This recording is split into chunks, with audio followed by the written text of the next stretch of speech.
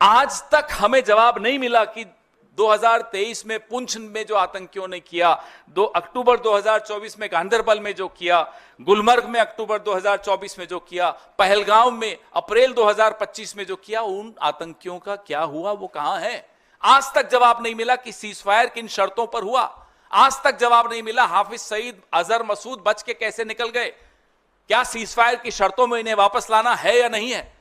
कोई जवाब नहीं। जवाब मांगो, सवाल पूछो तो ये डायलॉग आते हैं आपके पास। पिक्चरें हम सबने देखी है साहब, हमारा सारा बचपन पिक्चरें देखकर गुजरा है, लेकिन गंभीर विषयों पे गंभीर चर्चा होनी चाहिए या पिक्चरों के डायलॉग होने चाहिए?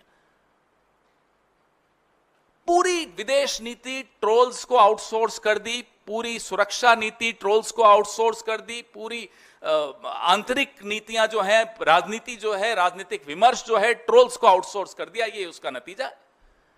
नतीजा मैं आपको बताता हूं क्या हुआ पिछले 10 घंटों में क्या हुआ विदेश नीति का। मैं आपको एक ज्वलंत उदाहरण देता हूं। कुवैत ने पाकिस्तान से वीजा की रेस्ट्रिक्शंस, जो रोक थी, वो हटा दी। ये अभी कल हुआ है। कुवैत में जो लेबर फोर्स है 21% भारत का है। यह भारत की विदेश नीति है कि अब चूंकि अमेरिकी राष्ट्रपति डोनाल्ड ट्रंप ने पाकिस्तान और हिंदुस्तान को हाइफनेट कर दिया, एक कर दिया, और हमारे यहां से चू नहीं निकली, न प्रेम चोपड़ा बोला, न परेश रावल बोला, तो उसकी यह हालत हो गई कि कुवैत अब भारत और पाकिस्तान को एक दृष्टि से देखने लग गया।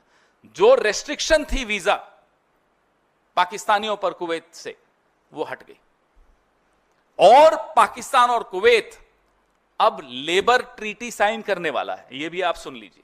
यह है आपकी विदेश नीति का नतीजा। एक और उदाहरण देता हूं, यह अभी पहलगांव के बाद ही हुआ है। UAE, United Arab Emirates, Pakistan और भारत की हाइफनेशन का नतीजा देखिए कि 5 साल का वीजा की अनुमति पाकिस्तान को भी दे दी। यह स्थिति अब हमारी विदेश नीति की हो गई है। हम रोज कह रहे हैं, पिछले 1 महीने से कह रहे हैं कि साहब, एक नेपाल और भूटान तक नहीं बोला जब भारत पर संकट आया। किसी एक देश ने पाकिस्तान को आतंकी देश नहीं बोला। हमारी जुबान अकेले हम बोलते रहे, हमारी बात में बात नहीं मिलाई किसी ने। ये विदेश नीति की कमजोरी नहीं है तो और क्या है?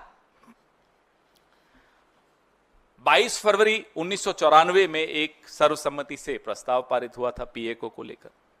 आज इस बात को 31 साल हो गए, और इस 31 सालों में बहुत कुछ बदला है, बहुत कुछ हुआ है। लेकिन जो मई 2025 के इस द्वंद्व में मालूम पड़ा, वो बहुत चिंता का विषय है कि कैसे चीन और पाकिस्तान एक होकर टेक्नोलॉजी के माध्यम से एक होकर आए, एक होकर दिखे। इससे ज्यादा खौफनाक और क्या हो सकता है कि हम इसके लिए तैयार नहीं हैं। हम इस बात को एड्रेस नहीं कर रहे क्योंकि ट्रोल्स को समझ में नहीं आता। सब कुछ तो ट्रोल्स निर्णय लेते हैं। हमारी नीति क्या है, हम इसका कैसे जवाब दे रहे हैं? हम हाइफनेशन होने दे रहे हैं, हम अलग थलग होते चले जा रहे हैं विश्व समुदाय में। अभी कल ईरान ने खुलकर पाकिस्तान को बोला, और ये वही ईरान है जिसके खिलाफ आपके ट्रोल्स टीवी पे, जिनको ये लोग भेजते हैं एक्सपर्ट बना बना के, आपने देखा पिछले 1 महीने में उस एक ट्रोल नहीं, अनेक ट्रोल हैं, ईरान के ऊपर कितनी भद्दी टिप्पणियां की।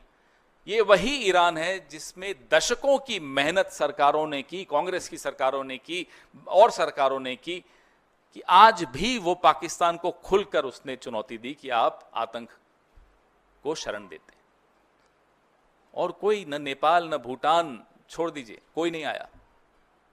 तो ये सब बहुत गंभीर विषय हैं जिनको मुझे नहीं लगता कि सरकार बहुत गंभीरता से इसको एड्रेस कर रही है।